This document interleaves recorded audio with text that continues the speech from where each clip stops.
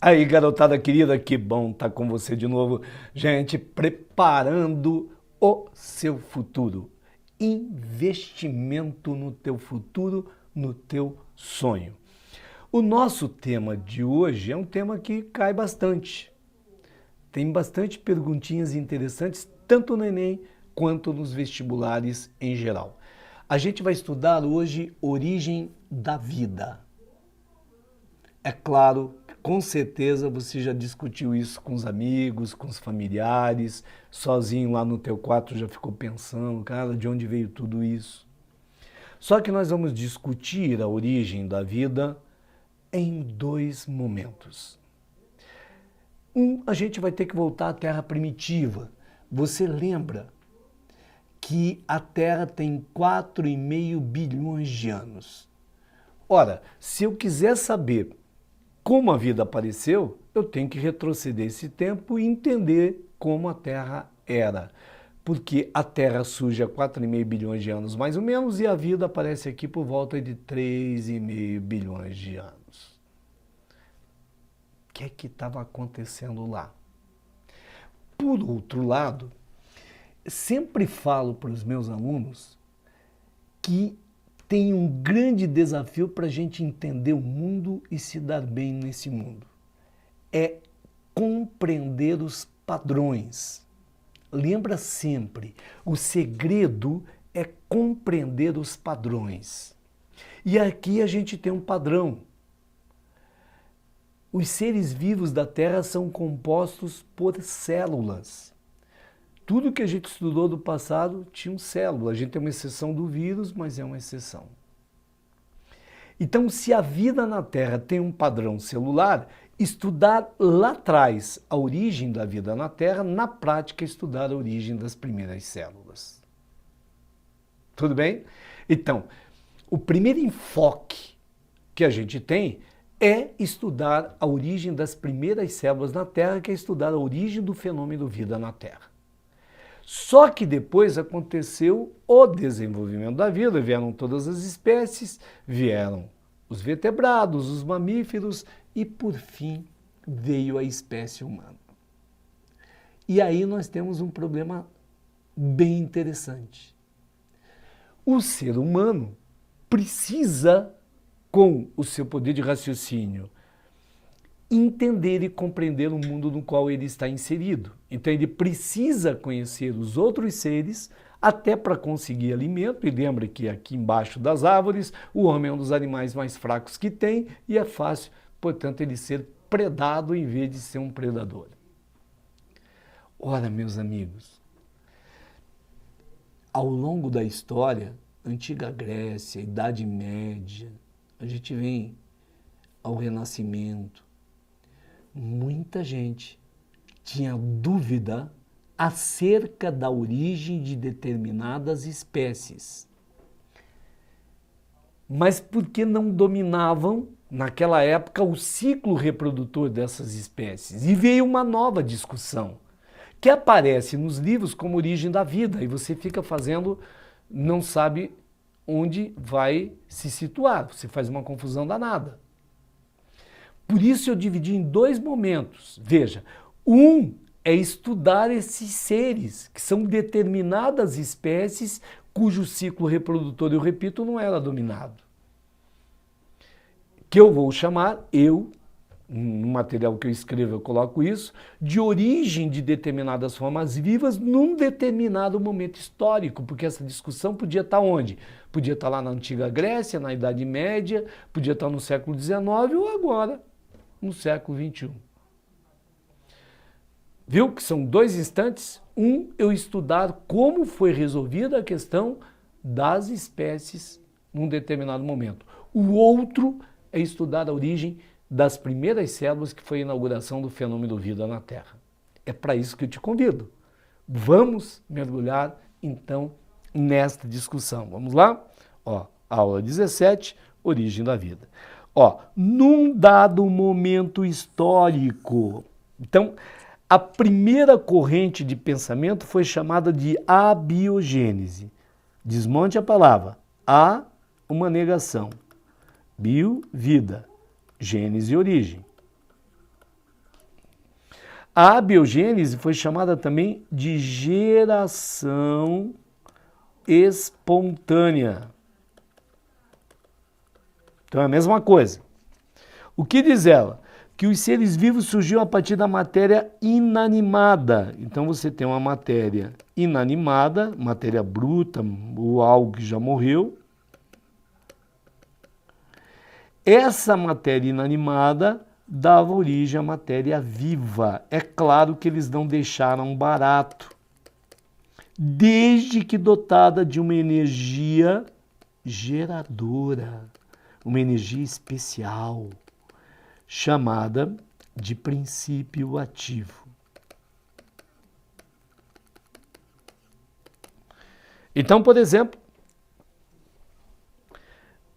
lá na antiga Grécia e povos anteriores ainda acreditavam que as rãs nasciam a partir da lama. Aquela lama que ficava no fundo dos brejos era dotada de um princípio ativo capaz de originar rãs, porque o pessoal não sabia que as rãs eram e são anfíbios, que a larva existe na água, mas o adulto está em terra. Então eles iam lá, punham os ovos, saíam e eles não sabiam de onde surgiam.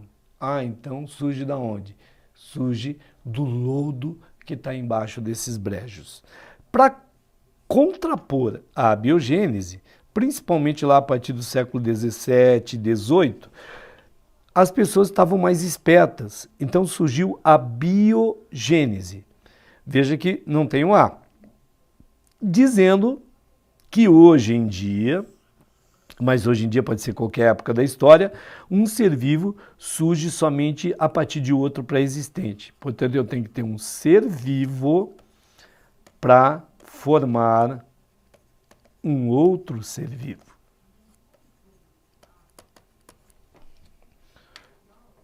Portanto, vejam, a gente tem duas correntes. Uma dizendo que algumas formas vivas podem surgir a partir da matéria inanimada, desde que ela seja dotada do princípio ativo. O outro grupo que se rebela e diz, não, na atualidade isso não existe.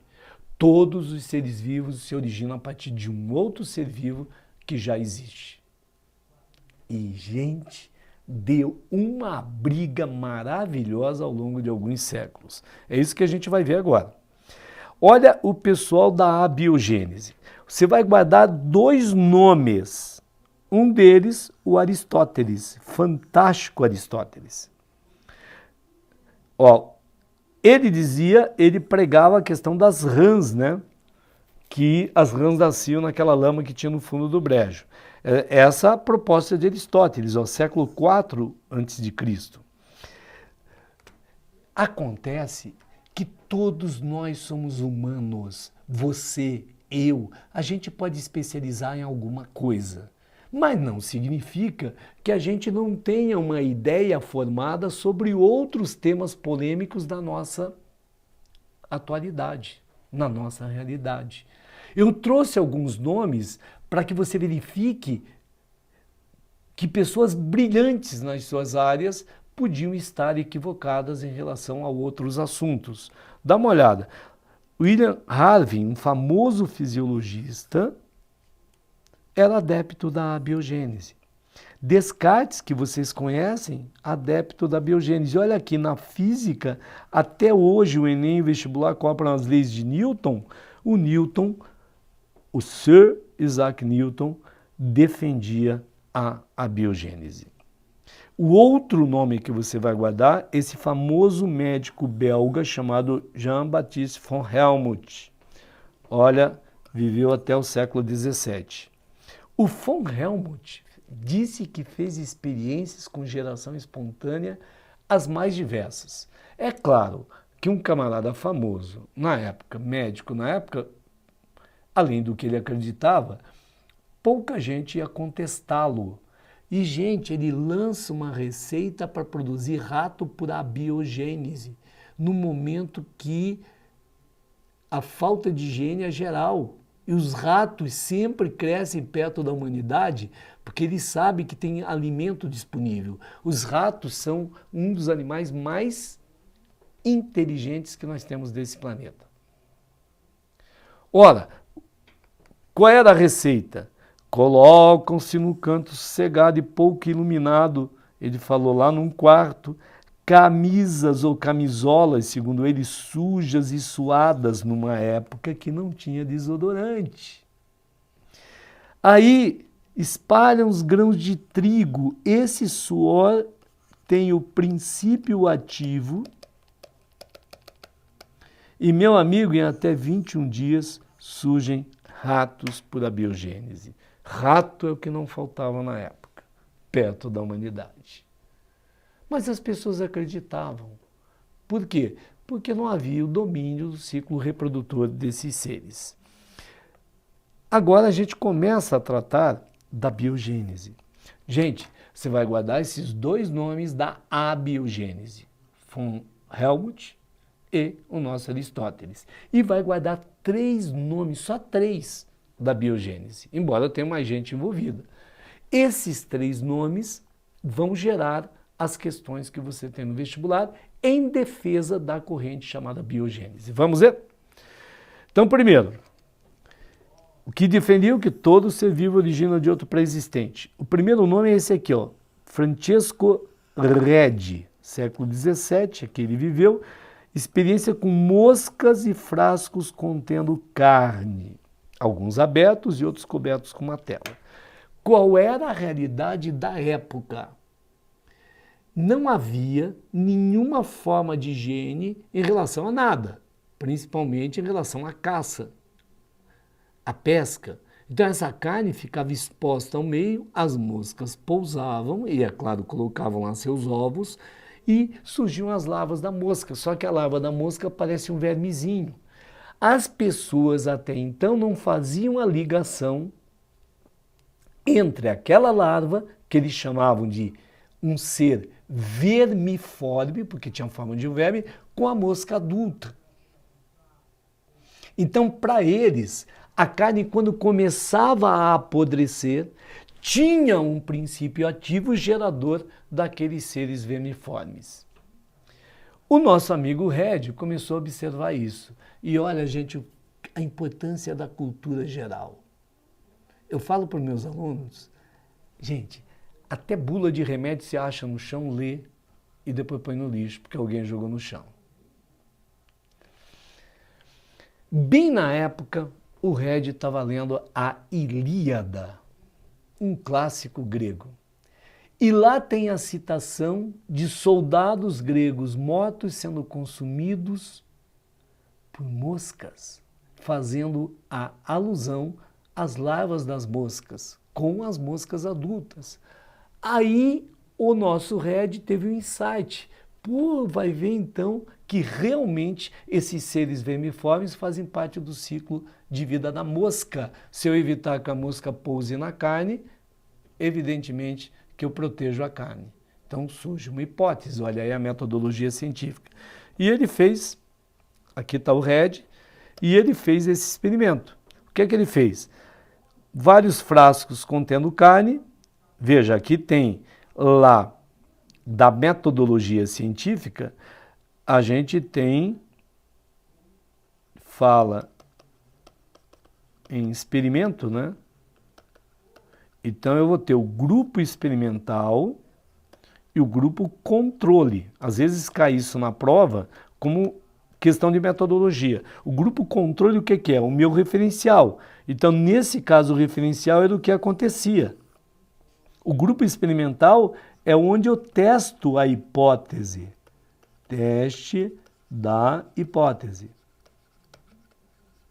Qual era a hipótese? Aqueles seres fazem parte do ciclo reprodutor da mosca. Se eu evitar que a mosca entre no frasco e pouse na carne, não vai ter verme. Ele é aqui cheio de vermezinho e aqui isento de verme. Resolveu essa questão. Aí, meu amigo, você vai dizer assim, nossa, houve um abalo da abiogênese? Poderia ter havido. Resolveu a questão da mosca. Mas na mesma época, um holandês chamado Lee Van Hoek descobriu as bactérias, que chamava de micróbios. E as bactérias são microscópicas. Aí o povo, defensor da biogênese, passou a falar, olha, resolvemos a questão da mosca. Mas esses seres que são tão pequenos, não deve sequer ter uma forma de reprodução. Se não tem uma forma de reprodução, surge por geração espontânea ou abiogênese. Até porque daí eles verificam que sopa, caldo de legumes, caldo de carne, que esses alimentos estragavam pela presença exatamente dessas bactérias. Aí eles se ligaram, opa, então esse material em putrefação na verdade tem um princípio ativo que forma esses micróbios. Olha aqui, ó. Leeuwenhoek aperfeiçoou o microscópio e descobriu, no século XVII, as bactérias. O que passaram a dizer agora? Que esses seres, esses micróbios, surgem por geração espontânea. É claro que alguns começam a pensar que isso não deve ser verdade, deve ter uma forma de reprodução, e defendiam a biogênese. Esse camarada chamado Louis Joblot, ele teve uma ideia, ferveu um caldo nutritivo, na verdade, à base de carne, e colocou numa série de frascos. Alguns ele colocou um pergaminho em cima, que não foram contaminados, então a hipótese que esses micróbios tipo sementinha estão no ar, caem lá na sua sopa e detonam com a sua sopa. Os micróbios surgem de sementes provenientes do ar. Essas sementes são os esporos, claro, eles não conheciam nada disso na época. E aí, meu amigo, começou uma briga na Europa. Nos que defendiam a ideia da biogênese para os micro-organismos como bactérias chamadas micróbios e os que ainda defendiam a geração espontânea. Um deles, esse cidadão inglês chamado John Needham, que era padre. Mas ele era patrocinado por alguém, por um mecenas, que defendia a geração espontânea. Por isso que ele arduamente foi procurar dados para defender a geração espontânea. Ele fez o mesmo experimento. Ferveu por 30 minutos, fechou, só que eles estavam contaminados. Aí ele falou, viu? Surgiu por geração espontânea. Esse outro padre italiano, Lázaro Spallanzani, olha aqui as datas, ele repete a experiência do Needham e tem resultados diferentes. Aí o que ele passou a dizer? O tempo de fervura não foi o suficiente ou ele não vedou direito. Aí ficaram os dois brigando. Um dizendo assim, você não ferveu direito ou não vedou direito, por isso contaminou. O que é que o Needham respondia? Você ferveu demais e destruiu o princípio ativo. Meus amigos, a essa altura, para que lado nós vamos? Você veja que enquanto a ciência discute, e a Europa está mergulhada nisso, tem gente esperta.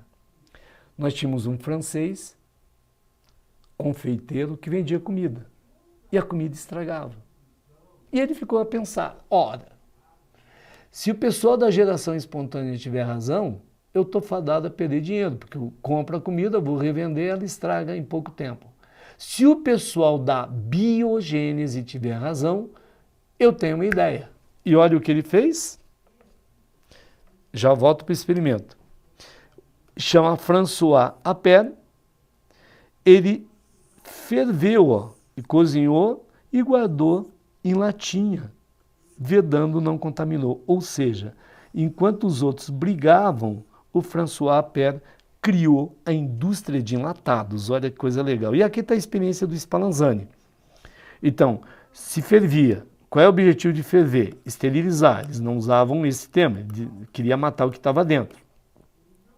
E o que é que ele queria provar? Que as sementinhas estavam no ar. Então deixava aberto, esfriava, contaminava.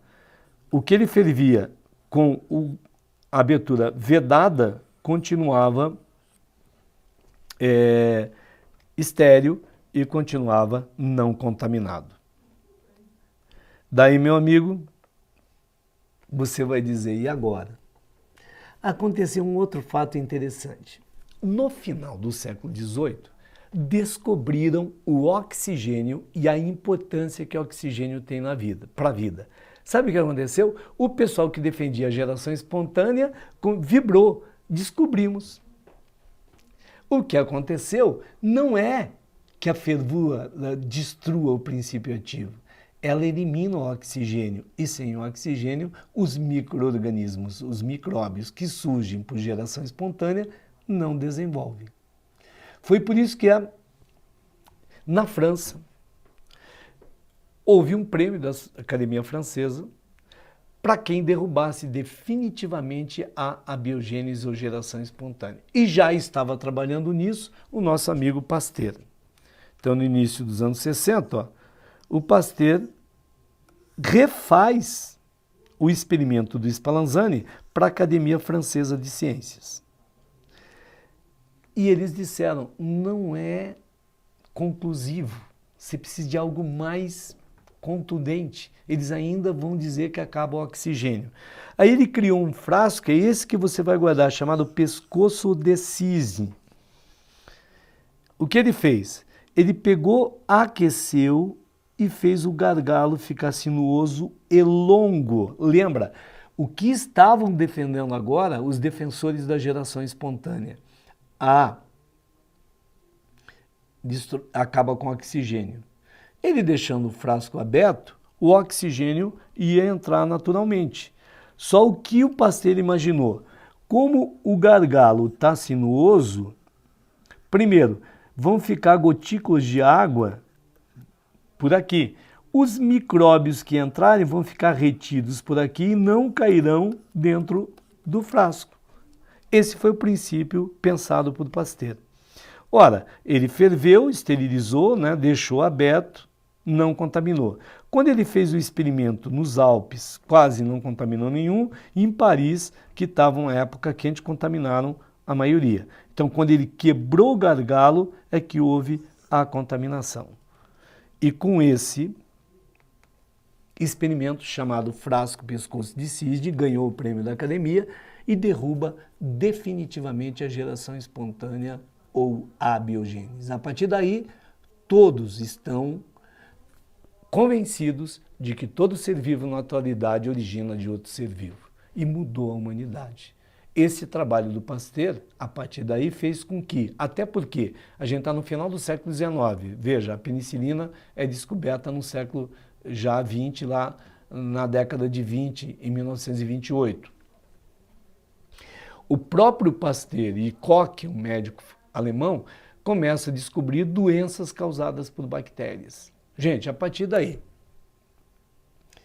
asepsia em hospital, higiene na produção de alimento, cuidado com a água, que é um dos maiores veículos de transmissão de doença. Higiene pessoal. A partir daí começam vários cuidados, esterilização de material cirúrgico, lavar a mão, o médico antes de tocar num paciente. Então foram uma série de medidas tomadas a partir daí que redundaram no aumento da vida média da humanidade, que lá no século XX, no Brasil, por exemplo, no início, beirava 40 anos e hoje está quase 80 anos. Então, quando você lava a mão antes de tocar no alimento, de fazer carinho para alguém, quando você passa um álcool gel na mão, gente, é muito pouco tempo. Nós fazemos isso graças a Pasteur. E ele ainda foi chamado para resolver a questão de algumas vinícolas na França que o vinho estava virando vinagre, e ele conseguiu fazer um processo de eliminação seletiva de micro-organismos. Eleva e abaixa a temperatura várias vezes rapidamente. E deu certo. Resolveu a questão lá, não tinha mais formação de vinagre. E o processo, gente, é repetido até hoje para preservação de alimento e em homenagem ao Pasteur, chama de pasteurização. Então, se você procurar qualquer alimento que está escrito que é pasteurizado, está usando essa técnica e vejo que é muito pouco tempo, graças ao Pasteur. Quem for à França, no Instituto Pasteur, tem alguns frascos pescoço de cisne até hoje lá e ainda isentos de micro-organismos. Valeu? Gente, é fantástico tudo isso. Agora, rapidamente, eu vou te mostrar as principais teorias para a origem das primeiras células. Vejam lá.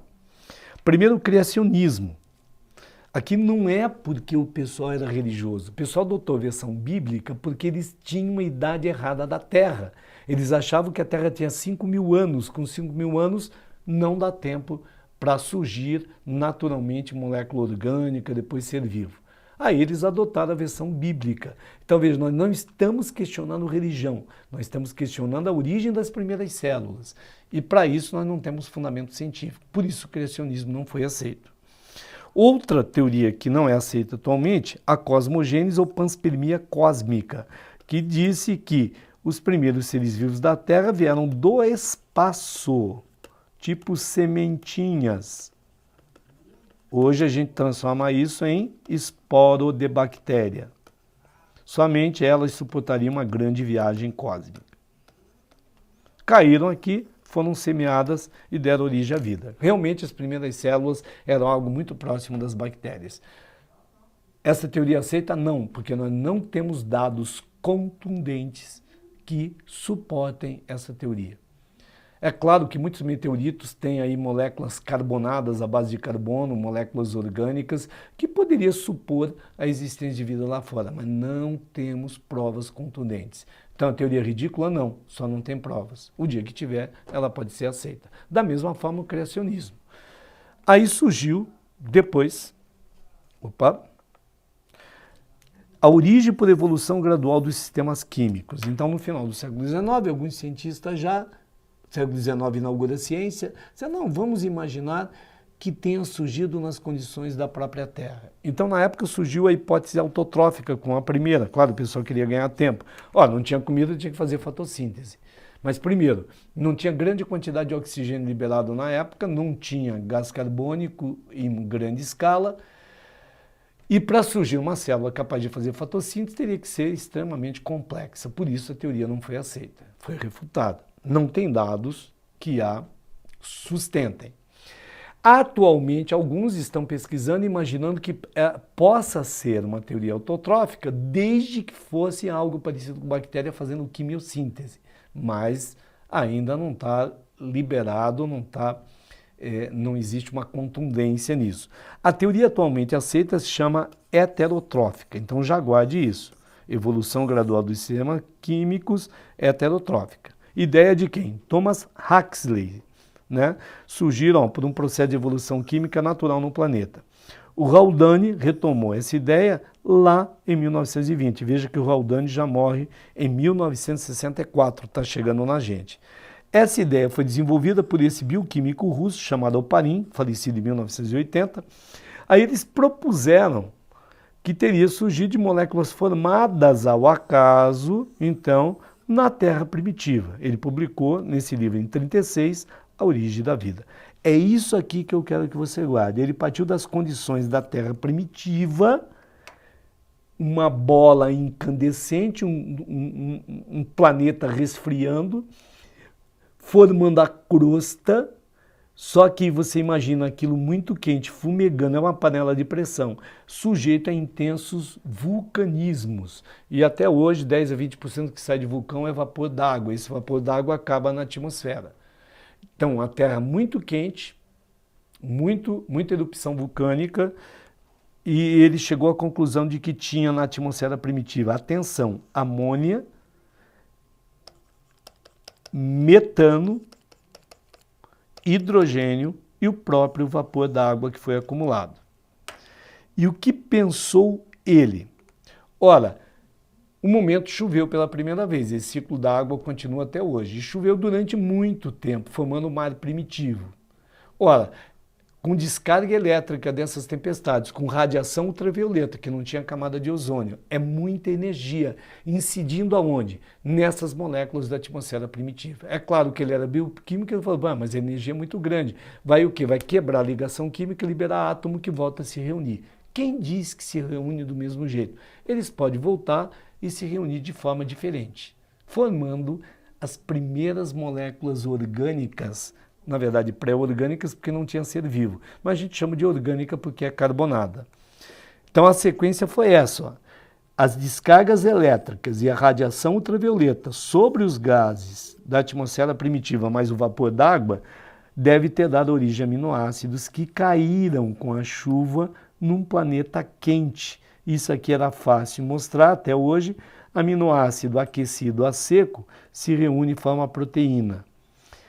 Na água, essas proteínas se reuniram e formaram complexos proteicos. Só que, junto da água, forma coloide. Coloide é um gel, né? Agregados de partículas proteicas em água. E aí aconteceu o quê? Há uma polaridade, as moléculas de água passaram a envolver esses complexos, criando umas bolhas. Ou seja, essa bolha é um sistema isolado. E aqui acontecem reações químicas diferentes já do mar primitivo do meio. Ora, ele chamou para isso de coacervado, a partir do momento que tem um controle de crescimento e reprodução, porque até hoje o coacervado absorve a molécula do meio, cresce e divide em dois. No momento que tem esse controle, chama de primeira célula. Esta é a sequência, portanto. Segundo Oparin, choveu tanto, aí no mar primitivo tinha tanta proteína, tanto complexo proteico, tanto aminoácido, que ele chamou a isso de uma sopa nutritiva presente no mar primitivo. Então essas primeiras células puderam comer à vontade, porque tinha alimento no mar primitivo. Evidentemente que parou de chover, aí tem esse ciclo da água, tem até hoje, chove para, as condições mudaram e essas células teriam desaparecido, não tivessem sofrido mutações, até porque a radiação ultravioleta continuou e isso provoca mutações. Agora eu quero que você guarde. Segundo Oparin, essas primeiras células aqui, ó, eram heterótrofas, porque pegavam comida do meio, não faziam fotossíntese, anaeróbicas, então esse era o tipo de respiração, porque não tinha oxigênio. E que tipo de processo respiratório pode fazer na ausência do oxigênio? A fermentação, processo realizado até hoje por alguns micro-organismos. Então, meus amigos, guardem isso. As primeiras células, segundo Oparin, eram heterótrofas, anaeróbicas e fermentadoras. Várias experiências deram suporte à teoria do Oparin. Desde que Wohler sintetizou pela primeira vez ureia em laboratório, o Urey ajudou o Miller, era professor desse cidadão, na época um garoto da universidade nos Estados Unidos fazendo geologia, a provar a viabilidade, eu não estou dizendo o que aconteceu, de uma parte da teoria do Oparin, que eu já vou mostrar para você. O Miller publicou em 53 esse artigo, onde ele conseguiu produzir aminoácido nas condições da Terra primitiva. Então vamos ver? O que é que ele fez? Ele fez um aparelho, aqui você está vendo o aparelho funcionando. Ele colocou água nesse balão, ferveu a água, o vapor subiu. Colocou hidrogênio, metano e amônia. E veio tudo para esse segundo balão, onde ele deu descarga elétrica, simulando as condições da Terra primitiva. Evidentemente, reações aconteceram aqui, colocou um condensador para isso tudo simular a chuva e ficou armazenado aqui nesse reservatório. Gente, uma semana ficou correndo aí, quando uma semana depois estava com líquido uma cor de tijolo. Ele retirou daí e obteve, sabe o quê? Aminoácidos. Aí você diz assim, olha, então ele provou isso? Não, ele provou que é viável. Ele não provou a teoria do Oparin. Ele nada provou. Ele só testou a primeira parte da teoria do Oparin, que diz que naquelas condições da Terra primitiva, com aquelas moléculas, aqueles gases mais vapor d'água, era possível ter formado molécula orgânica simples, como por exemplo o aminoácido. Então guarda bem que a gente faz ciência, a gente não se empolga. Então a gente diz que realmente, simplesmente mostrou que essa primeira parte é viável. Ok? Aqui tem novamente o experimento do Miller, para você dar uma olhadinha.